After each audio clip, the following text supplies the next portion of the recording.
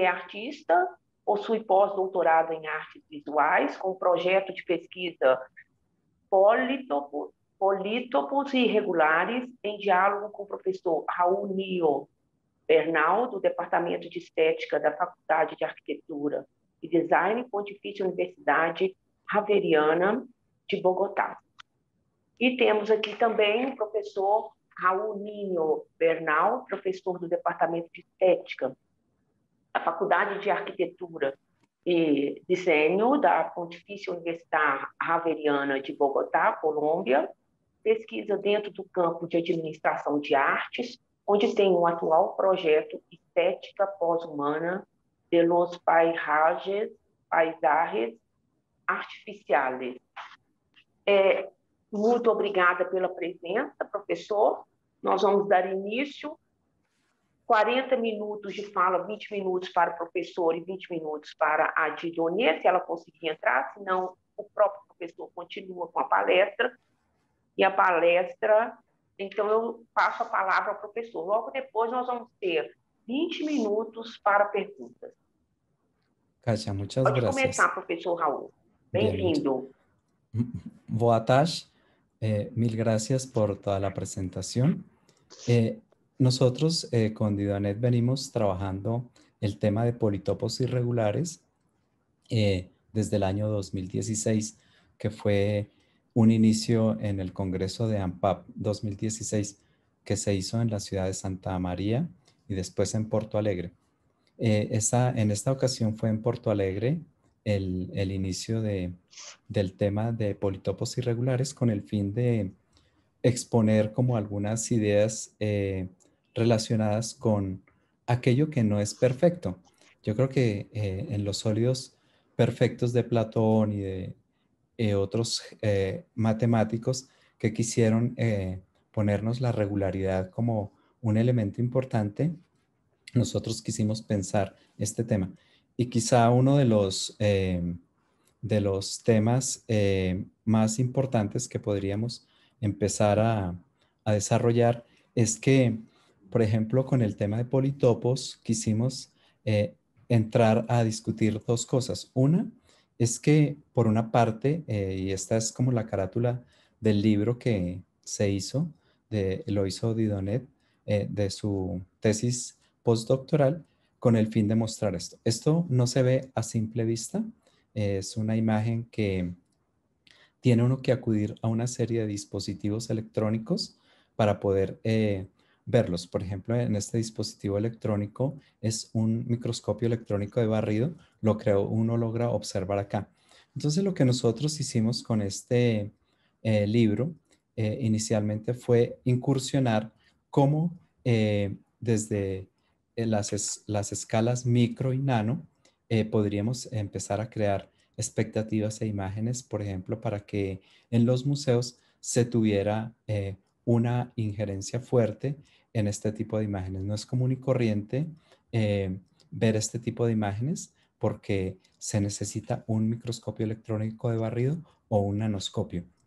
Ese es el primer asunto interesante que queríamos destacar acá y desde ahí se establece el conocimiento y la relación importante entre la ciencia, la tecnología y las artes. Yo creo que estos elementos son parte de esa irregularidad a la cual corresponde un ámbito muy fuerte que hoy es las termodinámicas de no equilibrio, las perspectivas de la complejidad y demás. Entonces, ese es un asunto interesante. Este es el sumario de lo que está expuesto en el libro y que fue como el objeto también de una curaduría que yo hice pensando en estas líneas fuertes teóricas que estaba estableciendo Didonet. Entonces, a mí me parece que valorar un poco su obra a partir de unos nuevos conceptos era el papel de un curador.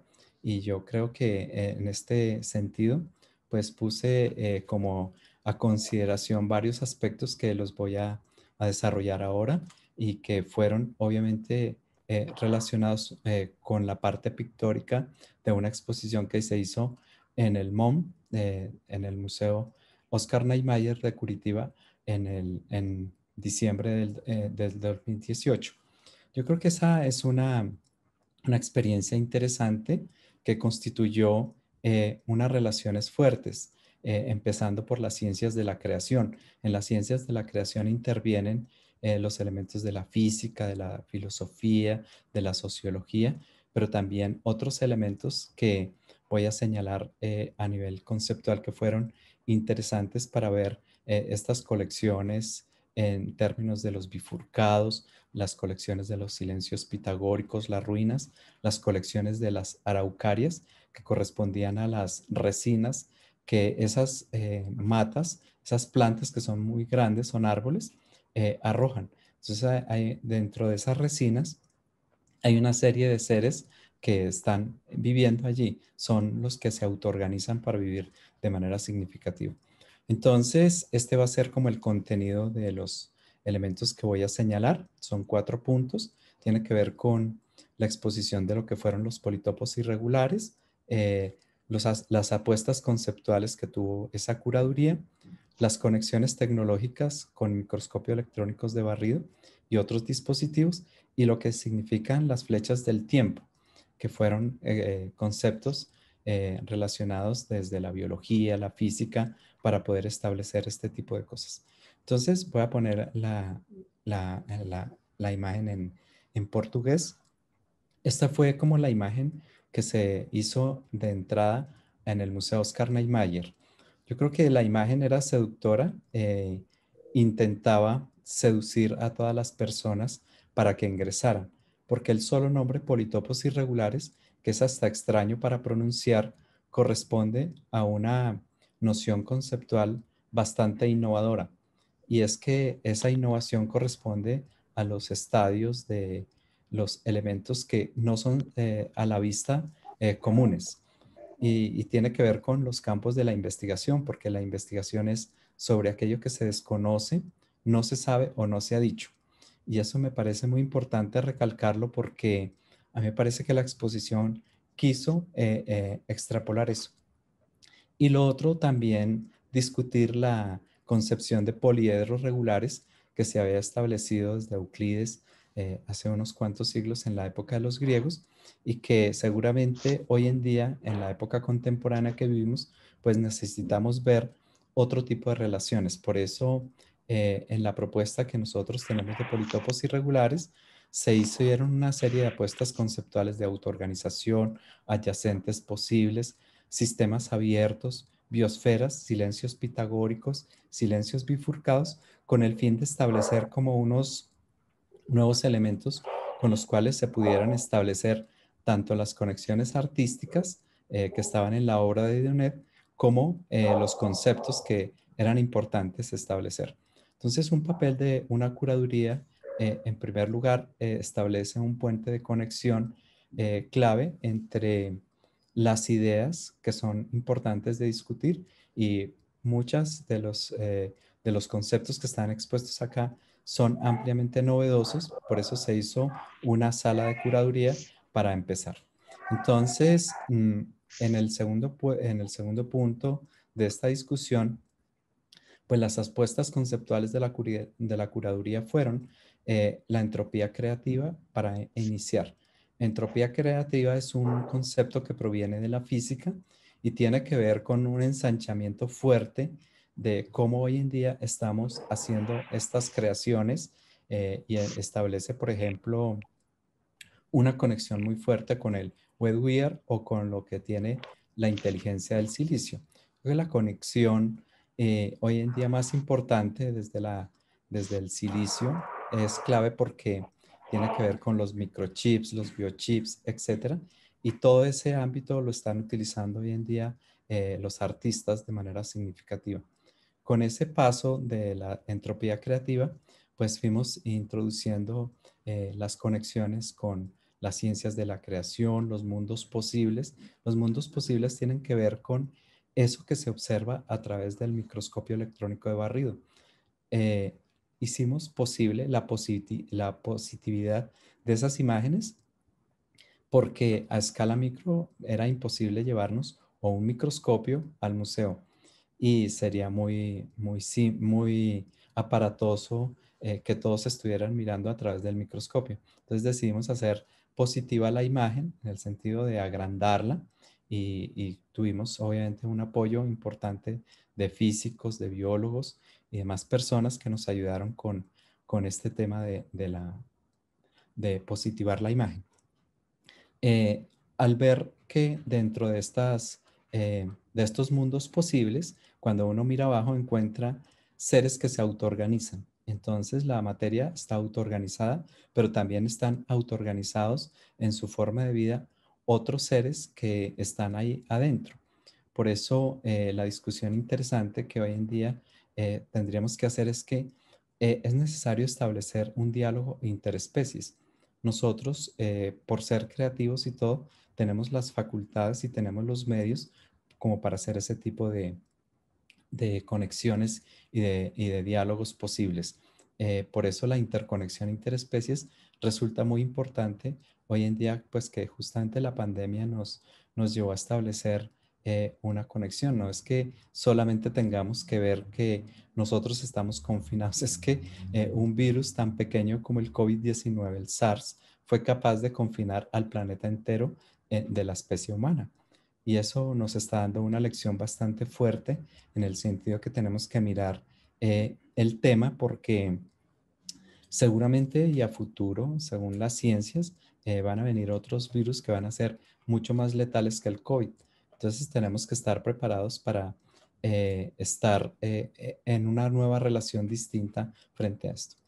Y un papel importante que ha cumplido todo este esquema, y por eso nosotros llevamos al museo este tipo de exposiciones con el fin de acercarnos a este diálogo que están teniendo las tecnologías disruptivas, porque nos están llegando por fuerza la industria 4.0, 5.0 y demás, y las tenemos, dijéramos que de manera cotidiana en nuestro celular, en el computador, en las casas nuestras, y por eso hemos investigado un poco en la Universidad Javeriana el tema de los paisajes artificiales. Si uno mira el entorno en el cual uno está conviviendo, pues tiene el wifi, el computador, la nevera, la lavadora, una cantidad de electrodomésticos importantes que hacen parte del paisaje artificial. Y eso plantea una discusión interesante hoy en día, que fue una discusión que planteó Charles Snow hace un tiempo cuando dijo que no había necesidad de hacer la división entre naturaleza y cultura, o, y era importante establecer una conexión entre las ciencias naturales y las ciencias sociales, porque como grupo social, como conjunto social, hoy en día estamos adoptando cosas, objetos y demás. Y la Tierra, pues sencillamente nos va aceptando de manera inteligente la forma como estamos adoptando esto. ¿En qué tendríamos que ser responsables? Como en la manera como establecemos esto. Entonces, simultáneamente con entropía creativa, surgieron otros conceptos que provienen de la biología, como los adyacentes posibles y las biosferas, que fue de Stuart Kauffman, que tomamos estas ideas con el fin de establecer como unos nexos claves de aquí en adelante. Esta es una de las biosferas. La ilustración la hizo un estudiante de doctorado, Camilo Cañón, y yo la tomé como para colocar todos los conceptos que indiscutiblemente hacen parte de la estructura del libro y también de la estructura de la exposición. Por ejemplo, los temas de las líneas del tiempo nos parecieron supremamente importantes para establecer conexiones con ruinas, con tendencias espaciales, con topologías que las fueron eh, relacionando a partir, por ejemplo, de la casa estrella que estaba en Curitiba y otros elementos que van a ser de amplia significación en el sentido de mostrar esto. Lo otro que nos pareció importante fue establecer la noción de intersubjetividad. Yo creo que la intersubjetividad hoy en día pues corresponde a esa perspectiva conceptual donde ya no establecemos solamente la relación con el sujeto, sino con otros. Los otros son sujetos, sujetos de derechos como los árboles, las plantas, las cianobacterias, etcétera, los ácaros. Tenemos una cantidad de nuevas especies que sencillamente no conocemos y que son altamente beneficiarias a nuestros organismos. Por ejemplo, nosotros tenemos cada uno en su organismo casi 6 o 7 kilos de bacterias. Con ellas podemos hacer fotosíntesis, podemos hacer cantidad de cosas.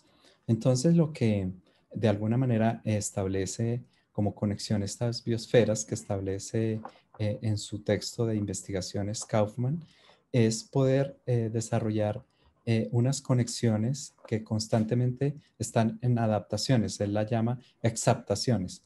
Es decir, que hay una constante adaptación de los microorganismos, de los seres microbiológicos, y están estableciendo conexiones importantes con otros organismos que están muy cercanos. Por eso él los llama adyacentes posibles. El otro aspecto que nos parece importante en esta conexión es pensar que estas nuevas ontologías que van a surgir de estas biosferas y de estos adyacentes posibles, de alguna manera tienen que ver con relaciones claves de pensar nuevas historias, nuevos campos de conocimiento. Creo que hoy en día la cosa más interesante que pueden establecer las relaciones interespecies, pues tiene que ver con cómo establecemos estas historias, qué tipo de historias podemos hacer eh, para que nosotros lleguemos a establecer con estas nuevas tecnologías mundos posibles.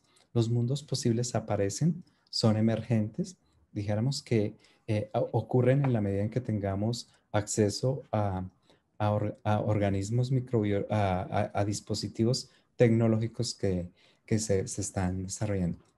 Entonces, básicamente, una definición de biosfera, como lo dice Stuart Kaufman, tiene que ver de alguna manera como la materia orgánica está viva y encuentra relaciones importantes de conexión. Yo creo que las artes que establecieron bastantes nexos hace años con tierras, con materiales pigmentos y demás, la hicieron hace siglos. Y ellos fueron, desde los artistas que empezaron a usarlas, empezaron a encontrar que había una parte creativa que se podía establecer con base en este tipo de procesos. Igual en la exposición de politopos irregulares, lo que hicimos, como lo enuncié anteriormente, fue establecer un conjunto de conceptos como el de autoorganización, el de adyacentes posibles, el tema de las biosferas, y todo eso es posible verlo a escala micro. Por eso es importante que la escala micro hoy en día tenga como una preferencia importante en relación con esto. Em, en esta sala, que es la sala del curador, se hicieron como los primeros espacios expositivos con los cuales se colocaron todos los libros con los cuales estábamos pensando en este conjunto de relaciones. Y por eso se establecieron como unas ideas de pensar las flechas del tiempo a partir de las ideas de estos autores. Establecimos cerca de 20 autores que se expusieron ahí en esa sala, y a partir de esa sala se empezaron a hacer las conexiones hasta las biosferas y hasta a los adyacentes posibles. Creo que esa fue una de las cosas fuertes que se empezaron a colocar en un medio expositivo como es el museo. ¿Qué ocurre en los museos? En los museos debe haber toda una preparación teórica y conceptual para recibir este tipo de novedades. Yo creo que hoy en día las artes electrónicas y todas las artes que están intercediendo, pues de alguna manera establecen un conjunto de posibilidades para que los interactores que cada vez llegan con unos campos de conocimiento novedosos, pues logren establecer nexos importantes con el mundo que está aconteciendo. Y ese debe ser una clave importante. Entonces, flechas del tiempo involucraba en primer lugar colocar el concepto de politopos irregulares para poderlo conectar a cosas que de pronto estaban en la cotidianidad de Curitiba, como los árboles, resinas, ruinas y demás, y que eso significaba un ángulo importante de biosferas. Unos horizontes en la flecha del tiempo, pues fueron posibles de verlo como estas imágenes que están en la parte inferior se relacionan, es porque justamente a escala molecular se logran ver este tipo de imágenes. es lo que la materia contiene, es lo que la autoorganización de seres biológicos que están dentro de la materia tienen la posibilidad interesante de estar. Entonces lo que hicimos fue conectarnos ligeramente con unos diálogos interdisciplinares que los llamamos adyacentes posibles, con el fin de conectar a nivel visual aquellas imágenes que no eran posibles ver a simple vista y para eso teníamos que acudir a un microscopio electrónico de barrido. Yo creo que ahí es donde se establece la primera conexión arte, ciencia y tecnología importante acá en esta exposición, como para ver cómo es que estos mundos posibles pueden ser públicos, cómo se pueden observar dentro de una colección de museo. Y eso nos pareció importante. Estas son las imágenes de parte de los materiales que se investigaron en microscopios electrónicos de barrido y con los cuales obviamente empezaron a salir imágenes importantes. Yo creo que es importante detenernos acá a pensar en una idea que propuso Thomas Kuhn hace más de 30 años, cuando habló de la revolución del conocimiento, donde él establecía dos nexos importantes. Por una parte, en la ciencia normal, que es la ciencia eh, que estamos siguiendo a veces en las investigaciones, en las universidades. Entonces nos dividimos por departamentos, por facultades, pero debe ser una ciencia revolucionaria la que marque un destino completamente abierto a los temas que hoy nos acontecen y que tienen que ver justamente con los campos del poshumanismo y todo el tema que estamos conversando ahora con Pablo, que es necesario establecer en las relaciones. Eh, Esta es una imagen que detalla eh, la estructura de la cubierta de la Casa Estrella, que está en Curitiba, con el fin de mirar, por ejemplo, las topologías de los espacios que a veces están cotidianamente a nuestra vista. También un politopo irregular permite que a escala macro se puedan tener eh, visiones. Estos son adyacentes posibles que encontramos frecuentemente en la escala micro, en el paisaje urbano, etcétera, y eso puede hacerse. También el adyacente posible logra establecer un nexo importante en el tiempo eh, con ruinas porque esta casa que estuvo derruida, estuvo en una ruina, pasó después a ser un patrimonio importante de la ciudad de Curitiba y eso establece un nuevo conocimiento porque esto que no se conoce porque está tapado, finalmente es una estructura importante que se mantiene en la cúpula, por decirlo así, en el tejado de la casa. Entonces, esta conexión que establecen los adyacentes posibles es también susceptible de llamarse como una red, porque está compuesta de muchos elementos, entre esos elementos que están en la vida cotidiana en nuestro entorno. También hace parte de lo que se denomina un silencio pitagórico porque son silenciosos estos materiales. Permanecen algún tiempo hasta que tengamos que acceder a alguna política intervencionista como las políticas de patrimonio para que este tipo de legados se puedan recuperar. Muchos elementos en nuestra vida cotidiana desaparecen simultáneamente porque no tenemos acceso fuertemente a este adyacente posible. Este es otras imágenes que ilustran perfectamente las imágenes de lo que son las resinas que se llevan al análisis de microscopios electrónicos de barrido y que van a permitir un conocimiento hacia los mundos posibles. Yo creo que los mundos posibles lograron hacernos dar cuenta de estos elementos que van a ser supremamente claves. Por eso, ahora que va a profundizar el tema, Tidonet, pues ella nos puede contar mucho más en profundidad de los temas de estas imágenes. Eh, Aquí pues están las muestras de esas resinas. Se utilizaron unas cajas de Petre para poder establecer estos nexos importantes entre materiales y demás. Y quería terminar mi intervención con esta imagen, que es una imagen de un ser completamente definido que se encuentra a nivel microscopio una vez que se analiza una resina de estas. Esto es un llamado de atención porque cuando existen seres microscópicos que están en los materiales, en los recursos que nosotros a veces utilizamos, madera, agua, etcétera, encontramos que hay unos seres completamente definidos. Y por nuestro actuar humano, pues a veces hacemos que estos seres sean invisibles o desaparezcan. Pero resulta que ellos están pensando.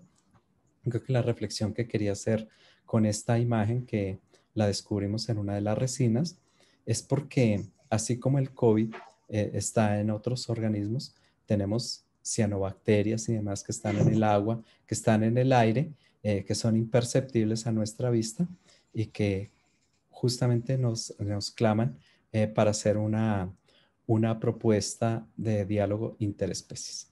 Bien, muchas gracias. Quiero dejar hasta acá mi conversación y le doy paso a Didonet para que haga sus explicaciones. Muchas gracias, un gusto haber compartido. Bem-vinda, Didonê, Tomar. Muito Olá, bem-vinda. Olá. obrigada. Foi difícil entrar, mas tudo bem, estou aqui. Isso, pode ficar com a palavra. Ainda temos aí um tempinho. Se você quiser tomar ou acha que já vai para uma discussão, é bom você colocar, não? Vou falar um pouquinho, sim. Isto, ok. Tá? Primeiro, eu quero agradecer o Pablo, a equipe, a você, Kátia, ao Raul, que é impecável comigo. Tem uma paciência de Jó, porque eu mudo lá de ideia. Enfim, nós chegamos num ponto que é bem o título dessa conferência, não é, que é a relação da matéria em microescalas para ver em museus. Isso é algo muito difícil de acontecer. Todas as obras que o Raul mostrou, todas elas foram tombadas já. Né? Isso era uma coisa que era impensável. Imagina que eu passei a coletar essas resinas em 1998. Em 2007, eu só fui descobrir o que eu queria mesmo. Tinha tudo naquela casa, mas o que eu queria não era bem aquilo. Eu fui descobrir o que eu queria com os silêncios pitagóricos quando a casa veio para o chão e eu me encontrei com as colunas que eram feitas de tijolos, de teoremas de Pitágoras, no formato de tijolos. Eram camadas. Ele fez... ele era um curioso, uma pessoa curiosa, e foi construindo a casa dele nesses termos. Quando eu me deparei com aquelas colunas no chão, eu disse, eu vou escavar. Então, comecei a fazer escavações ali. Foi quando eu descobri os teoremas de Pitágoras em formatos de tijolos, empilhados. Imagina, que coisa impressionante, né? Então, eu disse assim, então, era isso que eu estava procurando. Eu encontrei o que eu queria e o que eu queria me encontrou também.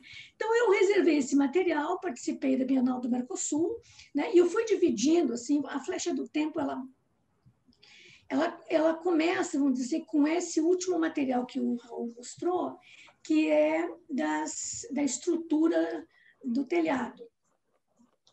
A casa veio ao chão, descobre os teoremas. Então, os teoremas eles são apresentados em camadas. São as ruínas, né, que estão no chão, onde eu encontro os teoremas propriamente ditos, e as terras que ficaram ali. Hoje, está tudo com pedregulho, é um estacionamento. Mas a árvore ainda está lá. Eu comecei a coletar as resinas em 1998 e coletei até o último dia que o Raul e o meu supervisor, o Hélio Fervenza, eles foram comigo visitar a casa no dia da exposição. De tarde, eles foram visitar a casa para não entrar na exposição sem saber do que se tratava. Então, nesse período que eu apresentei na Bienal do Mercosul, eu conheci o Raul, assisti uma palestra e eu me interessei, porque ele falou no Prigogine. O Prigogine é um autor muito difícil, né, que eu havia escutado há muito tempo e tal. Aí falei para ele, estou fazendo alguma coisa que você não conhece. Aí ele falou, é? Então a gente começou a dialogar, e de lá para cá não paramos, e a pandemia nos interrompeu. Então, assim, o que acontece? Ele sugeriu o trabalho em microscópio, que não era uma coisa assim, que eu não fazia, que eu não me interessei, porque o meu desenho ele é microscópico mesmo. Mas, enfim, onde encontrar computadores, microscópios para se fazer análise das resinas? Quando eu encontrei isso aí, então deu para fazer. Nós fomos, então, do macro para o micro e para o nano. Ele apresenta um recorte, não é? Ele apresenta a parte do microscópio eletrônico de varredura. Nós não vamos entrar na parte do microscópio de transmissão, onde se chegou ao nano, quer dizer, a menor partícula das resinas, porque é muito complexo, isso vai demorar muito. Mas, enfim, nós chegamos num ponto de apresentar numa exposição, né, esse material, que não é comum que se apresente em museu, e muito menos que ele venha a ser tombado. Né? Então, isso agora, nós enfrentamos, no momento, a socialização desse material que está no museu, as resinas in natura estão lá, não é, no acervo do museu. Então, nós enfrentamos agora a socialização desse material. Então, isso que eu quero dizer é que a gente tem que ter paciência numa pesquisa, porque nem tudo vem numa hora só. Então, são muitos anos, né? Eu fui pioneira na documentação dessa casa, né? Ganhei até uma comenda, uma estrela. É muito interessante, né? Como é que a sociedade vê algo que para mim era minha obrigação, eu estava ali, não podia deixar aquilo morrer, né? Então, chamei pessoas e fui fazendo. Então, na minha pesquisa, eu nem sei se cabe dizer interdisciplinar, multidisciplinar, porque ela é tão natural que eu vá pegando, conversando com as pessoas, não importa se são pedreiros, o que eles são, eu vou fazendo uma coleta, um levantamento histórico muito na linha da investigação criminal. Todo o meu projeto está envolvido com a investigação criminal. Eu quero prova, eu quero dizer isso aqui foi, isso é verdade. Então, eu vou a fundo e acabo descobrindo uma poética que não tinha visto ainda, não é? Porque só por meio dessa busca de detalhes, eu fico pensando assim, o que o juiz diria desses detalhes, né? Tem que ter muitos detalhes para o juiz.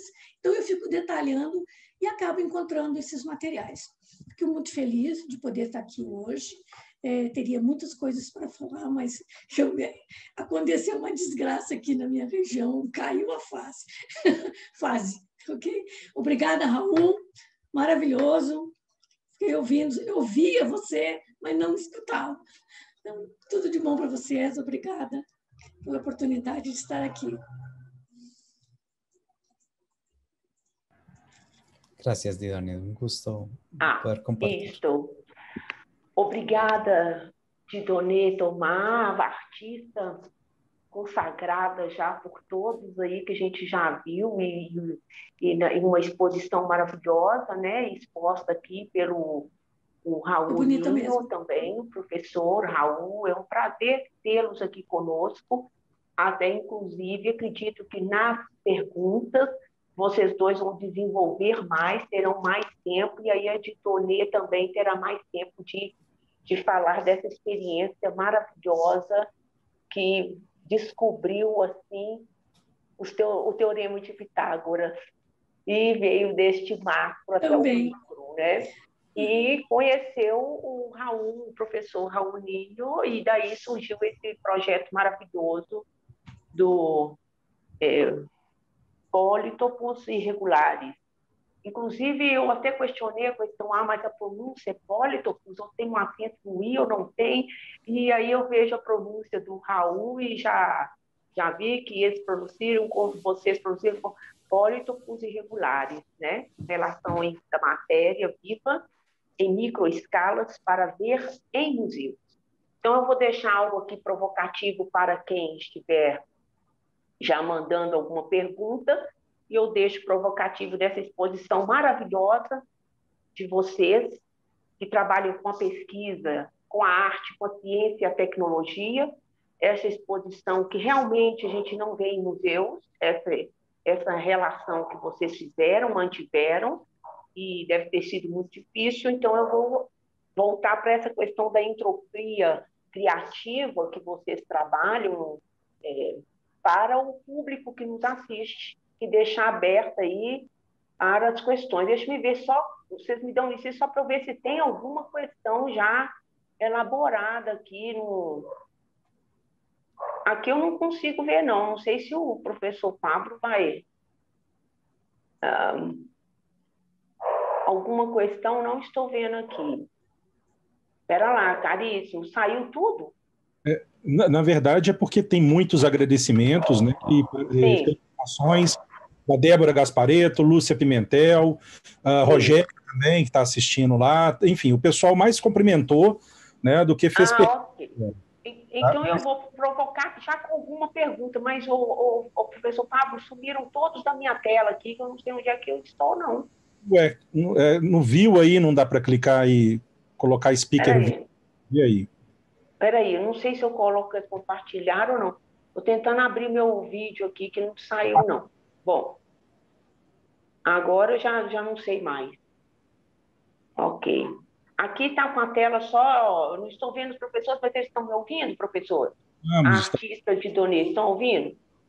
Eu sei. Então, não tem problema. Então, ouvindo é que é o importante. Eu vou deixar, então, uma questão aí para vocês dois verem como é que vocês vão discorrer. É uma questão muito simples, diante de tanta profundidade que vocês trouxeram, inclusive o professor trouxe até o Thomas Kuhn, né?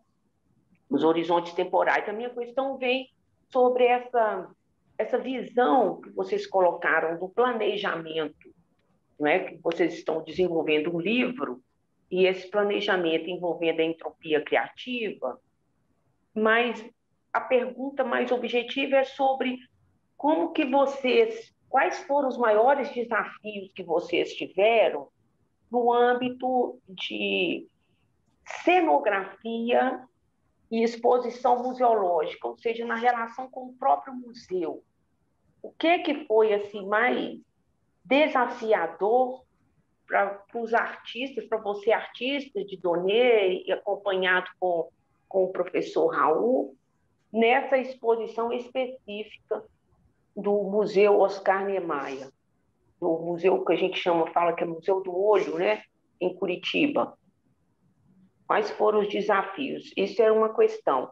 E outra com relação a de onde surgiu este projeto de vocês, polítopos irregulares? Dentro da formação de vocês, ou vocês levantaram esse tema, assim, como que veio de vocês mesmo essa entropia criativa? A partir de vocês, autores, conceptores da arte, dessa imagem semiológica no museu. Si quieres, Didone, empiezas y yo ahorita complemento. Eu trabalho com várias casas, eu convivo com as famílias.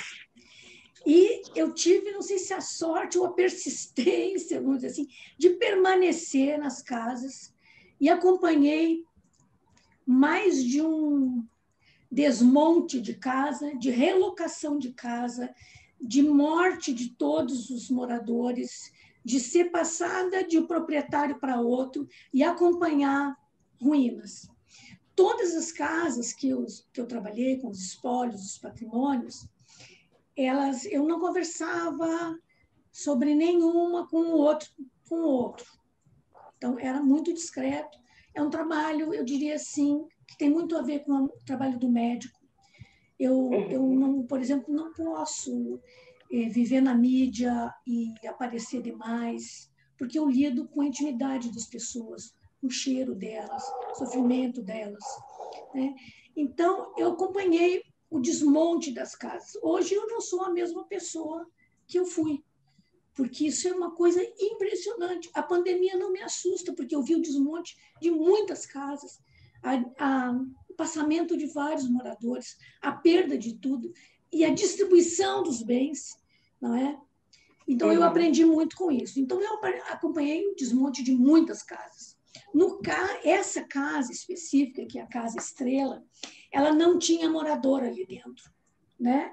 Tinha apenas um cuidador, que era um membro da família. Eles queriam vender a casa, porque eles ganhariam com o terreno, e não com a casa. Entra uma parte muito de arquitetura aí, todos os procedimentos de arquitetura.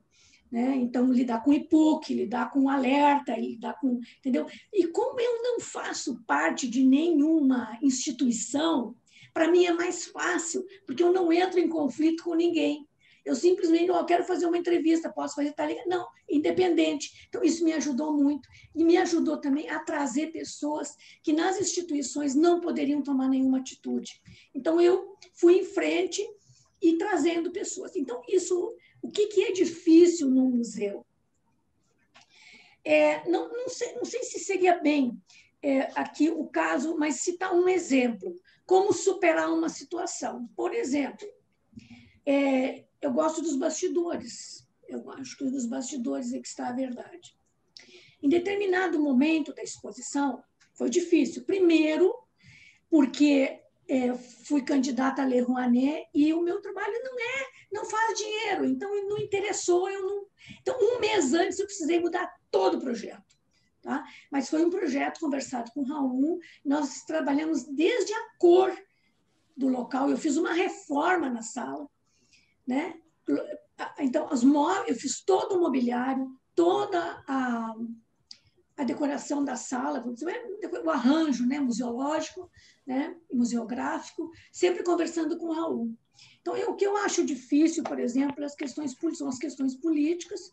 Em determinado momento, aconteceu de eu ser avisada de que todos os créditos da minha sala foram retirados. Foi passada uma tinta em cima daquilo, entendeu?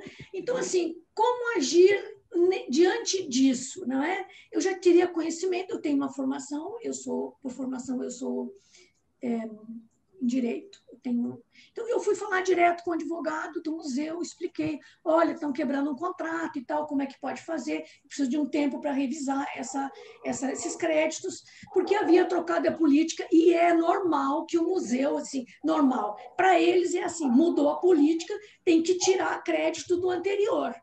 E eu, na época, foi bem no cruzamento de uma gestão para outra, eu disse, não, eu não posso deixar de colocar créditos, porque as pessoas vão achar que eu fiz tudo, não é verdade. Então, a diretora do museu, a Ilana Lerner, disse, não, Dona, você está certa, vamos deixar os créditos. Mas eu passei depois por essa dificuldade de lidar com isso. Então, não houve maiores tumultos, mas eu tive que enfrentar uma discussão aberta. Olha, estou quebrando um contrato, eu quero resolver isso aqui, e não é qualquer tinta, é a tinta que eu quero, então eu consegui revisar tudo aquilo.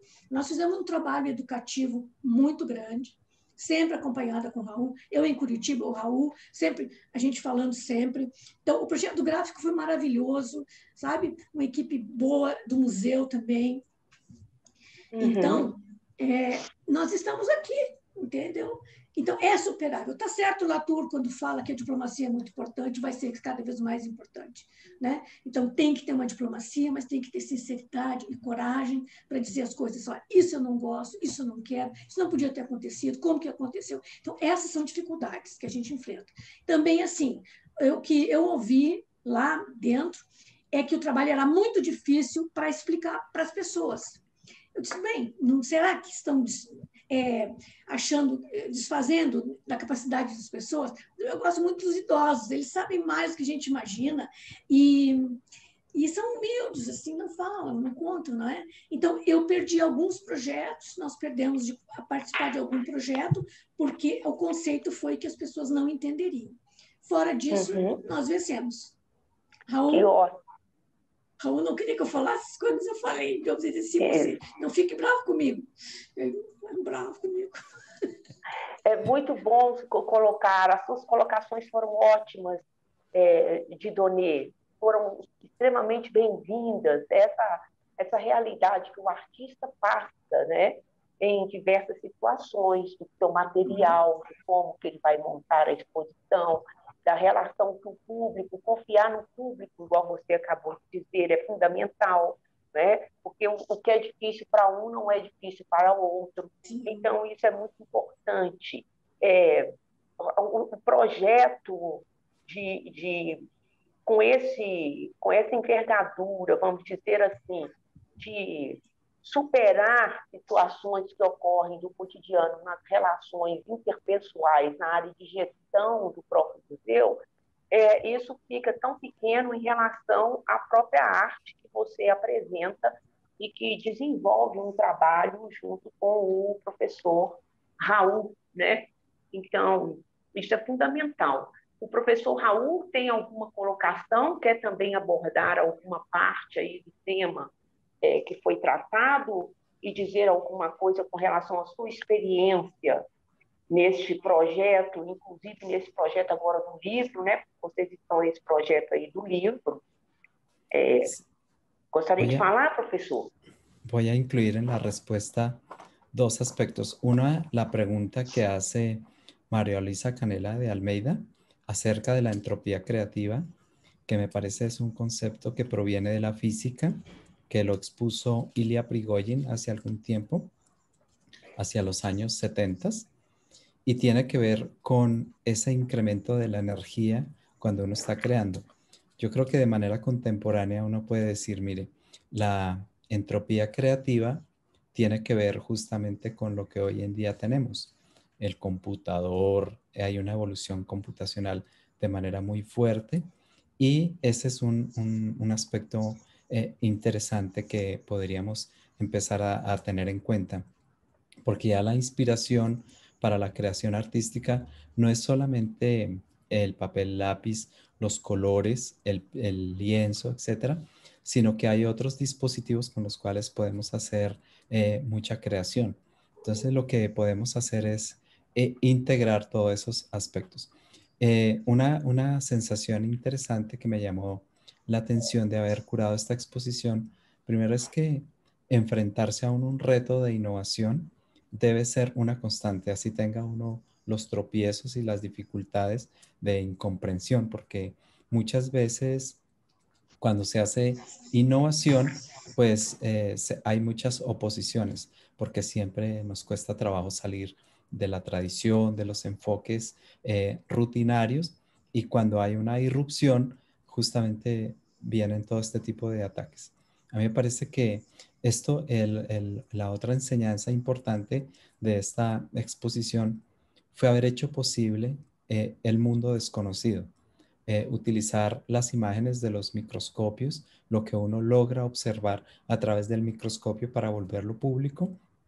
Ese es un tema de la investigación artística y ese yo creo que es uno de los ángulos fuertes que conlleva a esta exposición y obviamente la publicación del libro de Politopos Irregulares. La irregularidad pues tiene que ver con los temas de irreversibilidad, con los temas de la inexactitud, pero eso está totalmente siempre ahí. Yo creo que ese es uno de los ámbitos con los cuales nos cuesta a veces trabajo pensar en términos de la política, del derecho, de las finanzas. Yo creo que hay otras fases del mundo que es posible verlo. Por eso lo irregular y lo inexacto tiene que ver justamente con una perspectiva que desde hace muchos años se hicieron arquitecturas y se hicieron templos y grandes cosas. Por ejemplo, en la India hace 5.000 años o más se hicieron templos con ese concepto de los politopos irregulares. Las pagodas chinas, por ejemplo. Y esa fue una gran enseñanza y a Didones, muchas gracias por haberme invitado a curar esta exposición.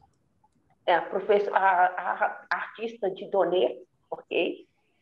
Sabe, o nosso projeto educativo foi também muito interessante, porque diante de tantos nãos, nós resolvemos começar o nosso projeto educativo com os servidores do museu, que eram as mulheres, não é? E os homens, aquelas que faziam a limpeza e os guardas que cuidavam, né? Um dia eu cheguei e perguntei, escute, o que você tem escutado aqui? As pessoas não estão entendendo. Então, é como os taxistas de uma pensar nos taxistas de uma cidade. Deveriam ser os primeiros a saber por que que houve essa evolução, por que que construíram aquilo, por que que inaugurou aquilo, porque são eles que recebem os moradores e levam, aliás, os visitantes que vão para lá e para cá. Então, nós fizemos um projeto grande com as faxineiras do museu, aquelas que limpavam a minha sala. Então, todas elas sabiam o que que rolava nessa exposição. E elas faziam perguntas, claro, entendeu? Aí com os monitores, né, e os servidores mesmo, com os guardas mesmo, né? Então, foi assim, eu não desdenho o conhecimento de ninguém, né? Então, se essas pessoas tão humildes, mesmo que eles cuidam, olham apenas, mas eles não têm tempo para estudar, eles têm que trabalhar para sobreviver. Então, se eles conseguiram, por que outras pessoas não conseguiriam? Então, nosso projeto educativo foi grande, usamos Libras em todos, foram 2 oficinas, tinha visitação semanal durante todos os meses de janeiro em diante, né? Nós inauguramos quase no Natal, né? E foi um projeto educativo exemplar. Caberia quase um livro nisso daí. Então, é só essa colocação. Muito bom, Didonê, e o professor Raul, suas experiências enriquecedoras, sobretudo para este evento que trata exatamente dessas questões em exposições museológicas, ciência e arte e tecnologia, né? Ciência, arte e tecnologia. E o projeto de vocês é isso, é essa junção, né?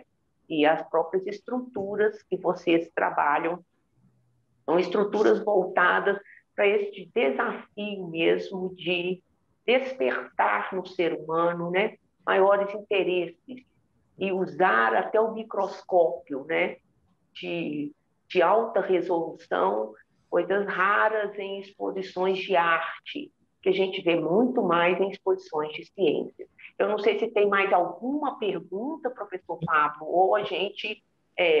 Professora Kátia, na verdade, a minha intervenção, né, como a Didonê e o Raul veem, e o público também, né, a professora Kátia é mais que indicada para fazer a mediação aqui, eu esqueci de dizer isso. A professora Kátia é uma matemática, né, ela trabalha por muitos anos na área de ciência de informação, né, é uma professora que trabalha com museologia, então museus, exposições, então dá para ver que a recepção dela é bem pontual, né, da exposição que vocês fizeram. Eu, na verdade, a minha intervenção aqui era para pontuar isso, né, essa dimensão científica da professora, também com ensino de física, né, professora Kátia? Enfim, várias atuações, né, num campo de relações bem amplo e que dialoga também com a nossa próxima apresentação. Mas o que eu queria lembrar aqui, e dar um feedback, aqui no chat do YouTube, né, nós tivemos pergunta agora nesses últimos minutos, e o pessoal está parabenizando muito a Didonê e o Raul, né, a Lúcia Pimentel, o Rogério, como eu disse, Rogério Barbosa da Silva, Marília Bergamo, Débora Gasparetto, enfim, tem vários professores aí presentes aqui na nossa conferência e fazendo os seus, congratulando, né, a fala dos dois, e tanto do Raul, né, anteriormente, né, especificamente abrindo as discussões, quanto agora da Didonê. E eu queria dar 2 avisos, não sei se apertei aqui sem querer. A Didonê, eu acho que ela ia fazer isso, mas eu já vou adiantar um pouquinho, que nós teremos o lançamento do livro dela e do Raul, na próxima quinta-feira, dia 25, 18h30. Então, nós vamos ter mais uma continuação dessa conversa na próxima quinta. E também, né, temos uma última pergunta, que é uma pergunta de uma artista peruana, artista, pesquisadora, que é a Cecília Vilca, está lá no chat fazendo essa pergunta para a gente, eu coloquei até aqui para a gente, mas vamos lá. Ela dá saudações desde o Peru e gostaria de saber por que Didonê e Raul elegeram a microscopia, especificamente a microscopia elétrica, né, eletrônica, na verdade, desculpa, e agradece, né, pela palestra e diz que ela também, e isso ela já mostrou, né, eu acho que a Didonê lembra dela aqui presente, o Raul também, na exposição Panorama em 2019, a Cecília trouxe o trabalho dela artístico e lá ela, na própria apresentação dela, se eu não me engano, ela fala, né, que ela trabalha com método forense de pesquisa artística. Então ela está dizendo que compartilha com a Didonê desse método de desenvolvimento poético, de pesquisa poética. Então é isso, é os parabéns e essa última pergunta aí, professora Kátia. Essa pergunta já fica, então, para os conferencistas. Mira, yo quisiera decir, mire, elegimos la microscopía electrónica como elemento artístico porque eso es un mundo posible.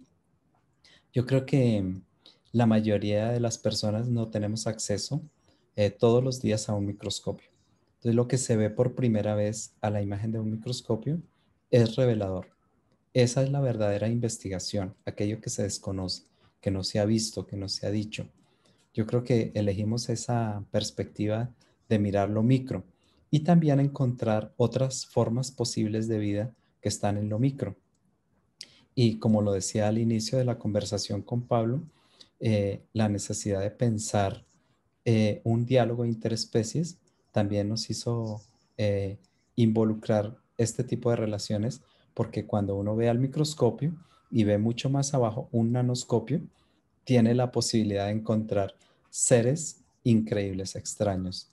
Extraños para nosotros, obviamente, porque estamos acostumbrados a pisar la cucaracha, a matar el zancudo. Entonces, yo creo que si los humanos cambiamos de perspectiva, seguramente vamos a tener una mejor compatibilidad en la vida de la biosfera. Y por eso fue que elegimos en parte la microscopía. ¿Cierto, Dionet? Eu busco as formas, a morfologia de imagens, e é um mundo muito rico. Infelizmente, esses microscópios eles tipo, são alugados e cobram por imagem. Então, na época, eu estava estourando minha verba, sabe?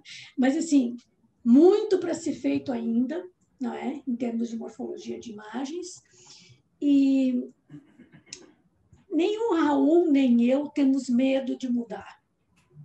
Nós temos... como a gente nem combinou isso, é assim. Não é? Nós não temos medo de mudar. Então, ele traz umas ideias, eu reclamo, ou digo outras coisas, ele pensa, ele elabora. Então, não tem briga. A gente vai se entendendo e vai encontrando, sabe? Pensa e vai trazendo mais elementos. É muito difícil de encontrar uma parceria dessas, né?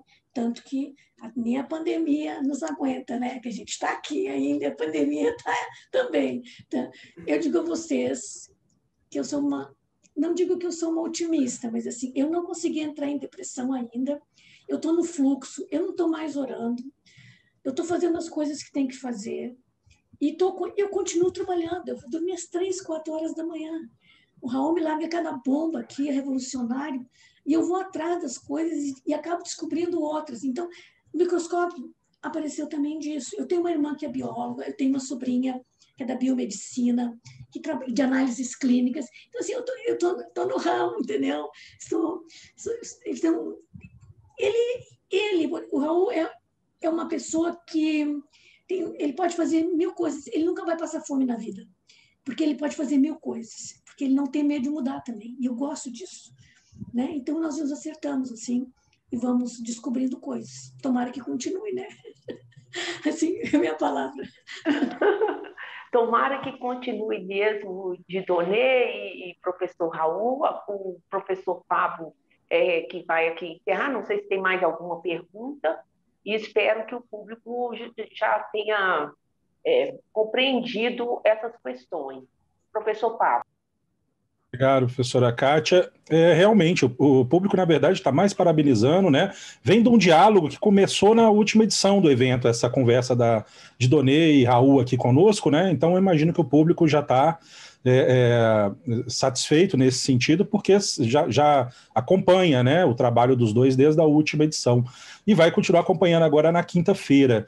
Eu vou, na verdade, aqui já encerrar, né, se você me permite, professora Kátia, agradecendo a Dieudonné e ao Raul pela excelente palestra que tivemos aqui hoje. Bem como a professora Kátia, também eu agradeço aqui pela mediação e convido todo mundo aí para assistir daqui a alguns poucos minutinhos, né, porque só precisamos de ter a preparação aqui, a uma performance live, né, vai ser ao vivo, do Duzão Mortimer, um professor, pesquisador do campo da educação e química e etc., né, que também é músico e intitulou a performance aqui, o seu show, o seu pocket show, na verdade, aqui conosco, de música e ciência, canções didático-científicas, e a performance faz parte da nossa exposição Panorama 2, streaming, né, que nós fizemos essa modulação da exposição, que seria presencial, para esse modo em transmissão. Né? Junto ao professor Eduardo Mortimer, teremos aí, é lógico, tem outras pessoas que trabalham com ele, né? Nós vamos ter vídeos aí, animações, mas a Emanuele vai acompanhar também essa performance, de certo modo, participando aí da execução do roteiro do professor, né? Desse set dele especificamente. Então, muito obrigado por essa sessão, agradeço o público que ficou com a gente até agora e convido aí a curtir esse show, né, especial para a gente do evento. Muito obrigado, boa noite. Pablo, muito obrigado. Professora Kátia, muito obrigada. Didonet, um gosto. E, bueno, a todos os que assistiram, muito obrigado. Obrigada a todos. Muito obrigada. Continuamos aqui ou vamos para outra sala, o professor Pablo? Continuamos aqui. Sim. A Emanuele tirou lá agora, então estamos tranquilos agora. Porque eu preciso esperar a alteração lá dela. Mas é isso, o professor Eduardo Mortimer está aí com a gente, eu acho que ele deve estar escutando aí. Desculpa, professor Eduardo, por esse pequeno atraso nosso aí, mas, enfim, já viemos um pouco atrasados durante a programação do dia. Seja bem-vindo. Ok, é um prazer estar aqui com vocês. E o Pablo, que a gente já se conhece, né? E é um prazer estar aqui nesse Congresso Internacional Arte, Ciência e Tecnologia. Beleza. Só para te falar, ainda não começamos não, tá? Só para... tá. Tranquilo, tá? Aí, é porque agora, na verdade, é você que já vai entrar, tá? Eu não vou apresentar, não vou nada. Tá, então, eu estou apresentando para a Didonê aí, para o Raul, que você estava aí com a gente, né? E a Kátia. Bom, agora... Eu acompanhei um pouco do debate aí, achei bem interessante também. Bacana. Pois é, não, muito massa a gente conseguir fazer essa interação aí, as discussões. Então, Didonê, é isto, nós nos encontramos aí na programação, Raul também, Kátia também, e aí deixamos agora mesmo o Eduardo, né, aqui tocando, né, e ele mesmo começa quando ele quiser com a liberação aí da Emanuele, né, a Emanuele acho que já deu ok, é com o Eduardo mesmo. Tá? Professor Eduardo, o microfone está um pouco baixo. Meu microfone? Vê se melhorou. Melhorou bem. Vou dar um toquinho só, porque senão distorce. Alô, vê se melhorou. Alô? Melhorou bastante. Então tá. Aí tá bom? Tá sim. O violão tá bom o som?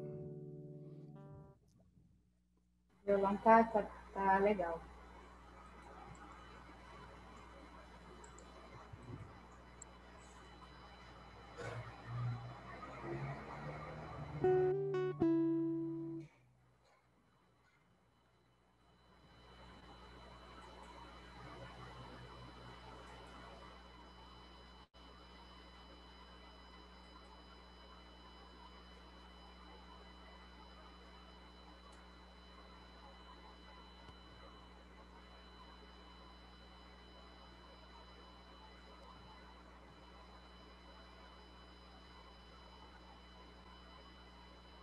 Começou, professor. Vou te dar o toque para você começar, tá bom? Tá bom.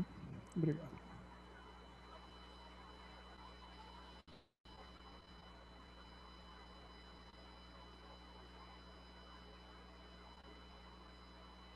Agora.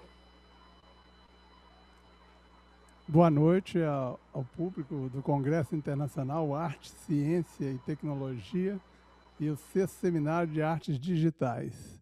Particularmente o Pablo Gobira, que fez esse convite. Eu acho que nós vamos apresentar aqui um pocket show, né, em que as canções que apresentaremos procuram criar uma reflexão sobre temas científicos importantes para a sociedade, acentuando a necessidade de nos posicionarmos em relação aos avanços da ciência que trazem consequências desastrosas para a humanidade. Ao mesmo tempo, saudamos as grandes leis e teorias da ciência, como a teoria da evolução. Então, com esse repertório, queremos que a arte musical seja considerada tão importante quanto as outras áreas do conhecimento. Procuramos transformar um pensar científico em arte, cujo produto é a canção didático científico, que eu fiz em cima de um poema do Carlos Drummond de Andrade, que chama-se O Novo Homem. Ele fala de um homem de laboratório, né? Sem memória e sexo, feliz por que não, pois rompeu o nexo da velha criação. Então vamos lá, esse é o primeiro, é a primeira canção.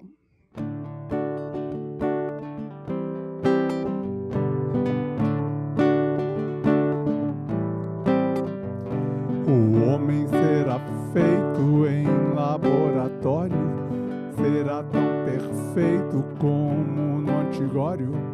Irá como gente, beberá cerveja deliciadamente, caçará narceso, bicho do mar, jogará no bicho, tirará retrato com maior capricho. Usará bermuda e gola rolê, queimará ruda ainda alcanjerê, e do não objeto fará escultura, será neoconcreto, se houver censura ganhará dinheiro e muitos diplomas, fino cavaleiro em 90 idiomas. Chegará Martim, seu cavalinho, dirá toda parte, mesmo sem caminho. O homem será feito em laboratório, sem qualquer defeito, como no antigório. O homem será feito em laboratório, muito mais perfeito que no antigório. Dispensa seu amor, ternura, o desejo será como for. Até no bocejo salta da retorta um senhor garoto, vai abrindo a porta com um riso maroto. 9 meses eu, nem 9 minutos. Quem já concebeu melhores produtos? A dor não preside sua gestação, seu nascer ele de sonho em aflição. Nascerá bonito, corpo bem talhado, claro não é mito, é planificado, dele tudo exato, medido, bem posto, justo formado, estando do rosto, 200 modelos todos atraentes, escolher aos ver os nossos descendentes.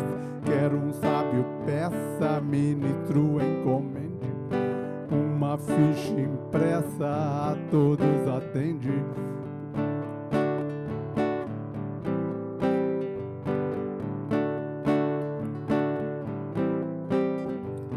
Perdão, acabou-se a época dos pais. Quem comia doce já não come mais. Não me chame de filho, esse ser diverso que pisa ladrilho do outro universo.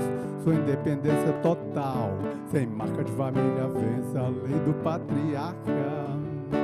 Liberto da herança de sangue, de afeto, desconhece a aliança do avô com seu neto. Pai, macromolécula, mãe, tubo de ensaio, hiperomínia, sécola, livre papagaio, sem memória e sexo, feliz por que não, pois rompeu o nexo da velha criação. E eis que o homem feito em laboratório, sem qualquer defeito, como no antigório, acabou com o homem. Acabou com o homem, acabou com o homem, acabou com o homem. Bem feito. É isso aí.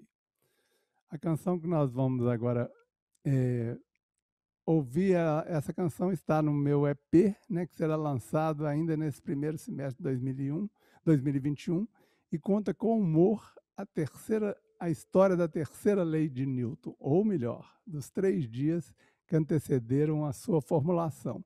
Em 3 dias na vida do Newton, ele experimenta 3 situações diferentes e vocês vão ver. Então, a terceira lei de Newton é a famosa lei da ação e da reação. É isso aí.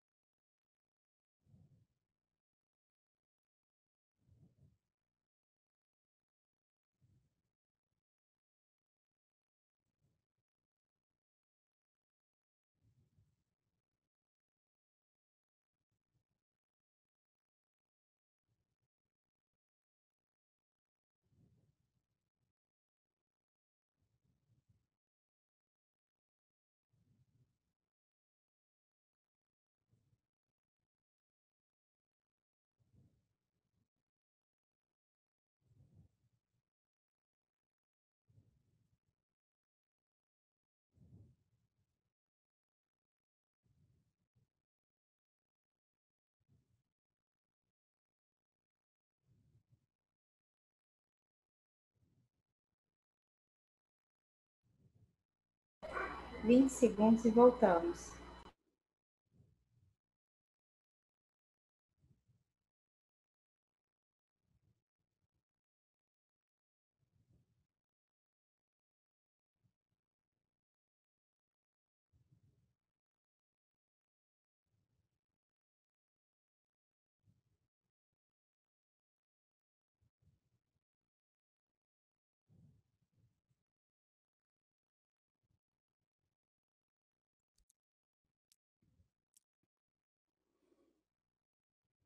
Espero que vocês tenham gostado.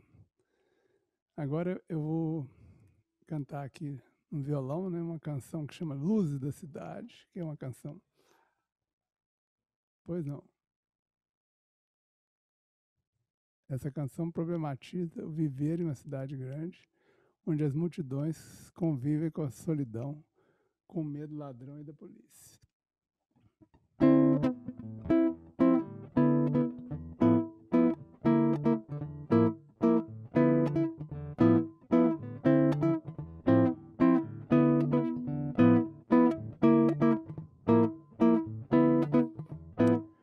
Quando ando só pelas ruas da cidade, chego mesmo a me arrepiar. Já é madrugada, não escuta quase nada e os carros passam longe demais. A rua está escura e deserta, só vultos e fantasmas a perambular. A minha solidão se mistura, paranoia e assombros ganham vida no ar. Pânico, caras mal encarados. Medo, será que vão pegar? Pânico, caras mal encarados. Medo, será que vamos levar? A minha paranoia é a minha solidão. A minha paranoia é a minha solidão.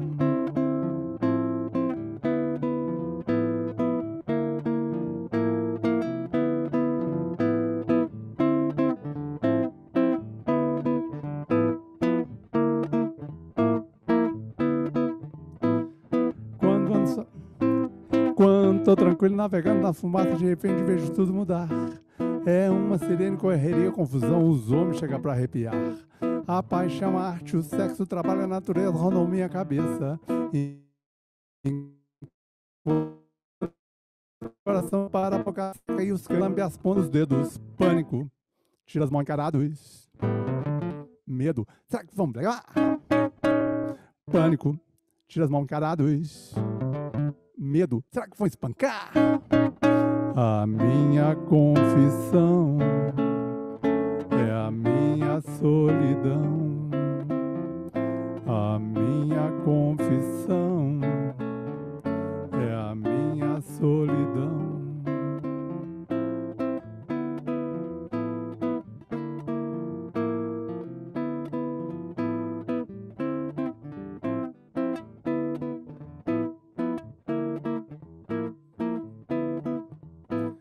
Apague as luzes da cidade. Talvez a paranoia se dissolva em confusão. Talvez a penumbra reacenda uma paixão. Apague as luzes da cidade. A luz de brilhar na estrela e no luar. Talvez essa penumbra reacenda uma arte. Apague as luzes da cidade. Talvez esse trabalho seja como arte. Talvez o sexo fique livre da maldade. Apague as luzes da cidade. Talvez a paranoia se dissolva em confusão. Talvez essa penumbra reacenda uma paixão. A luz há de brilhar na estrela e no luar. Talvez o sexo fique livre da maldade. Apague as luzes da cidade.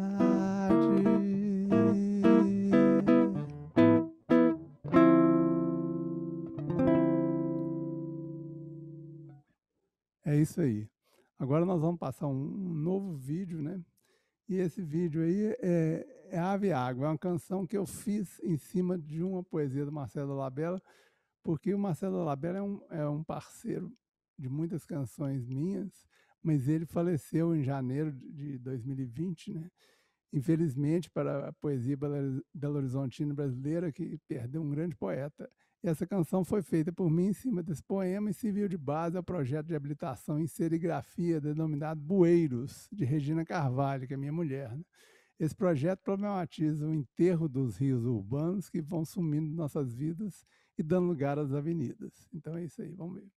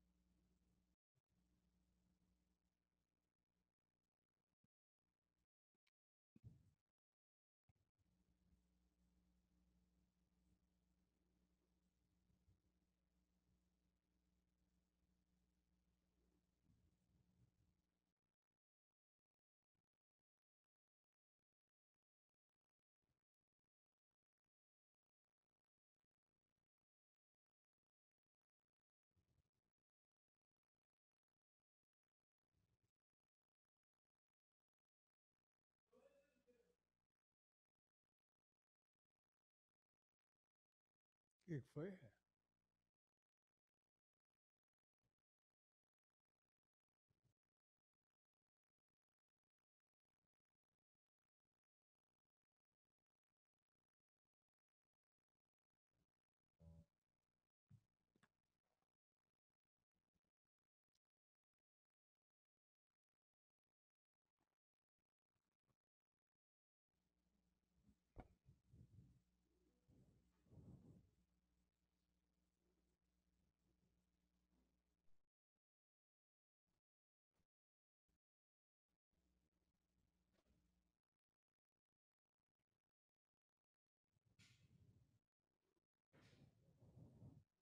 Olha, silêncio.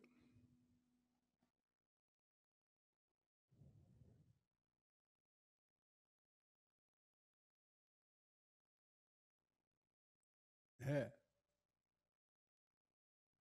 20 segundos e voltamos. Tá ok.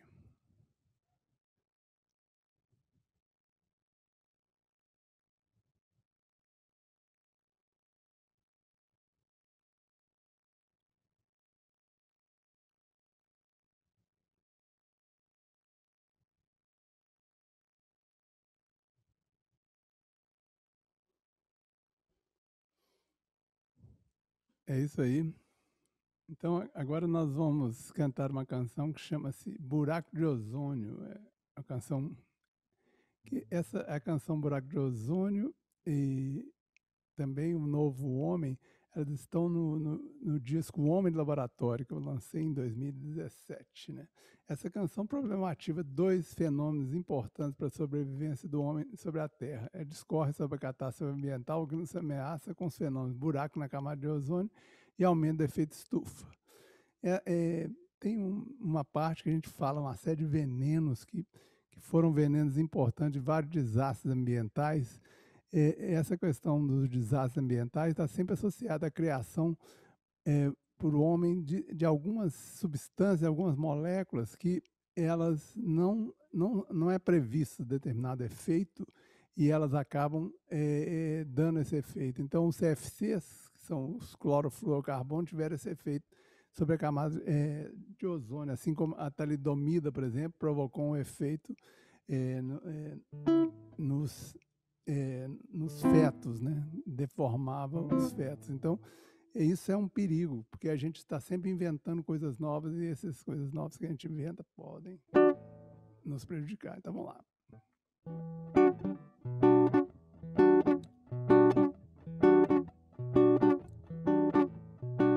Haverá um dia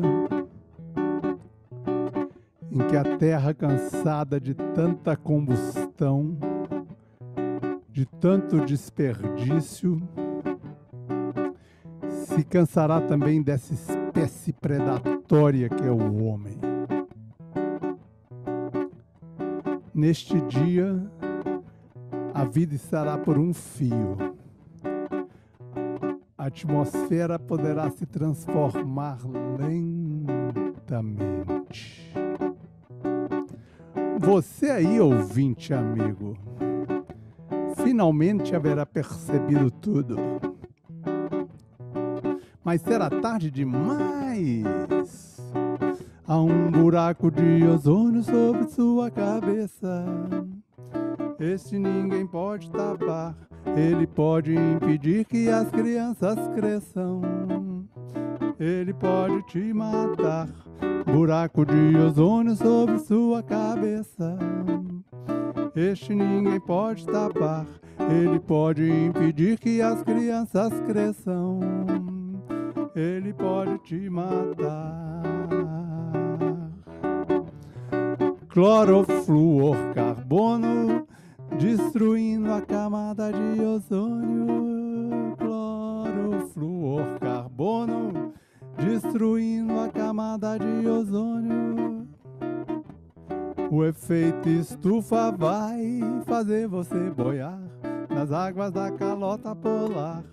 O efeito estufa vai fazer você boiar nas águas da calota polar, queimando a floresta tropical. O petróleo na capital, a gente produz um certo gás, aparentemente normal, mas quando se acumula em excesso, ele pode ser fatal. Isocianato de metila, Césio 137, monóxido de carbono, dióxido de enxofre, mercúrio, arsênico, isocianato de metila.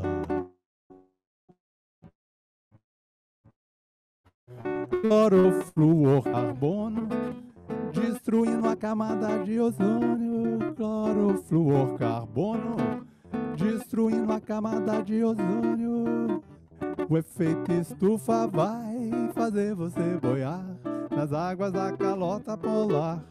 O efeito estufa vai fazer você boiar nas águas da calota polar, pois a Terra não aguenta mais tanto lixo, combustão e desperdício, pois a Terra não aguenta mais tanto lixo, combustão e desperdício. Buraco de ozônio sobre sua cabeça. Buraco de ozônio sobre sua cabeça. Buraco de ozônio sobre sua cabeça. Buraco de ozônio sobre sua cabeça.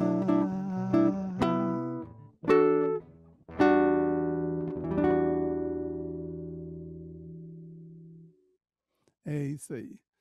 Então a próxima canção também é uma canção que vai fazer parte do meu EP, e nós estamos aqui fazendo um lançamento inédito, né? Então essas 3 canções aí, elas vão fazer parte do EP e elas serão sempre lançadas também com esse vídeo, né? Esse vídeo foi feito pela Josiane, que é uma pessoa muito especial, aluna da Guinhar, né?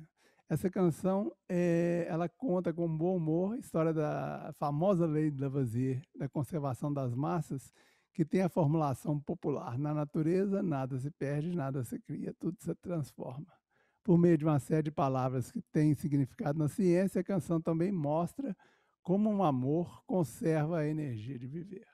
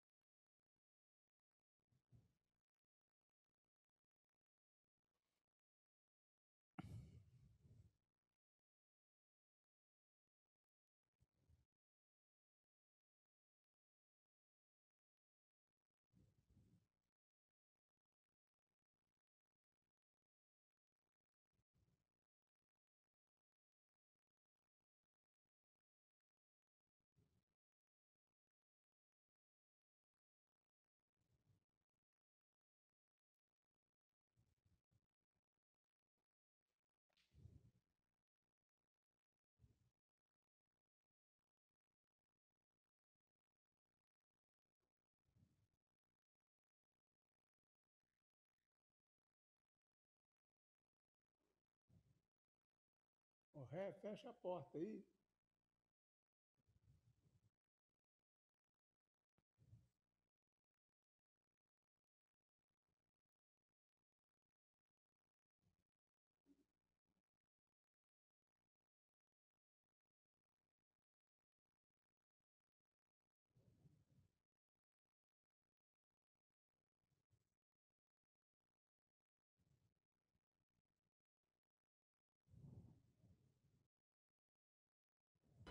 Vinte segundos e voltamos. 5?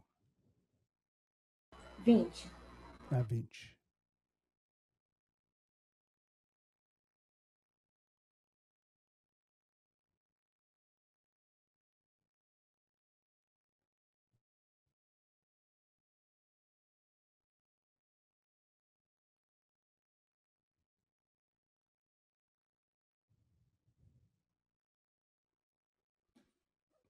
Beleza, então, agora eu vou cantar a última canção, depois vai ter ainda um vídeo. Então eu gostaria mais uma vez de saudar o público do Congresso Internacional Arte, Ciência e Tecnologia e o 6º Seminário de Artes Digitais. Agradecer ao Pablo Gobira pelo convite e dizer que eu estou bastante satisfeito de estar apresentando aqui a minha versão, né, da arte da ciência. Então, essa canção Buda de Neve que eu vou cantar agora é essencialmente antimilitarista, né, pois substitui soldados nipônicos fazendo um Buda de neve por Budas fazendo soldados de neve. Ela fala de um efeito que ficou conhecido como Síndrome da China, quando os primeiros reatores nucleares construídos pelo homem começaram a sofrer acidentes nucleares. A fusão de um núcleo de um reator nos Estados Unidos provocaria a síndrome da China, em que o núcleo fundente atravessaria toda a Terra para emergir na China, né? Então é Buda de Neve, uma canção minha e do Marcelo Dolabella. Então vamos lá.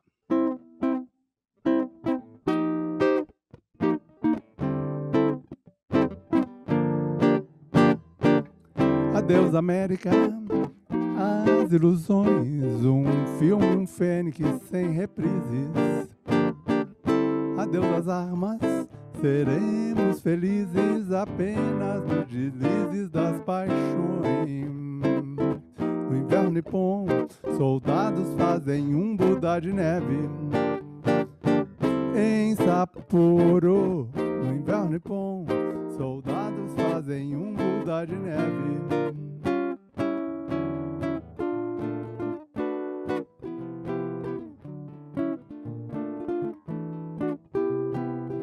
A cada dia, todo dia, sinto a síndrome da China. Sob os pés sem alegria. Síndrome da China em Sapporo. No inverno nipom, Budas fazem soldados de neve. Em Sapporo, no inverno nipom, soldados fazem um Buda de neve.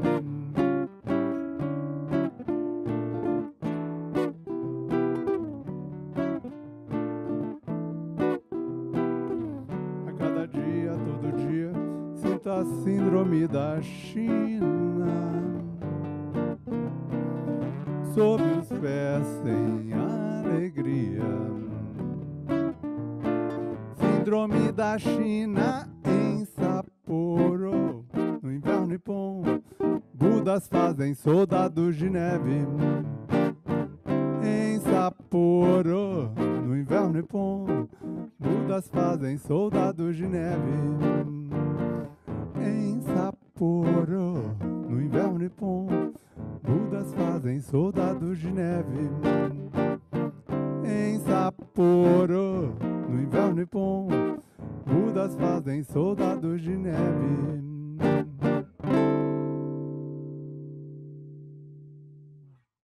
É isso aí. Agora eu vou apresentar o vídeo de Charles Diz, que também é uma canção minha do Marcelo Dolabella.